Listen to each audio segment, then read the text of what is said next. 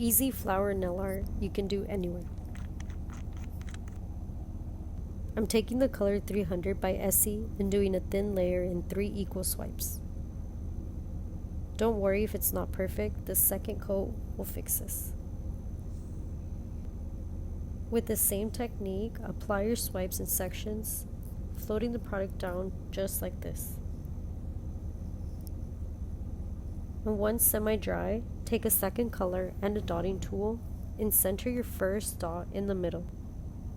Then adding the next 2 dots, just like that.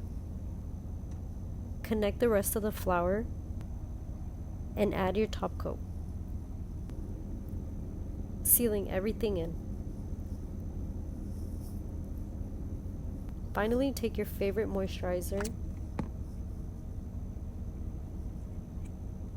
and you're all done. Would you try this? Let me know.